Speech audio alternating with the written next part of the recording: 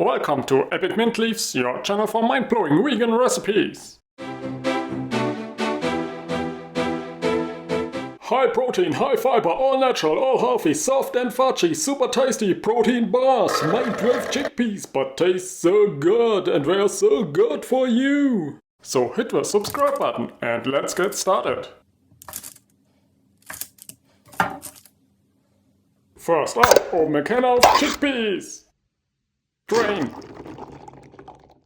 rinse, and throw them into a food processor, along with a cup of rolled oats, a quarter cup of almond butter,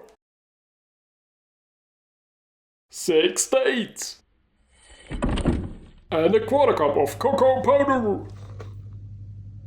Next, blend it until smooth.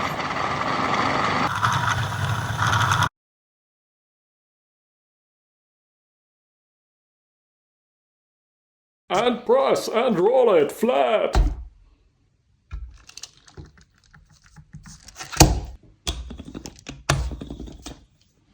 Now cut it into bars.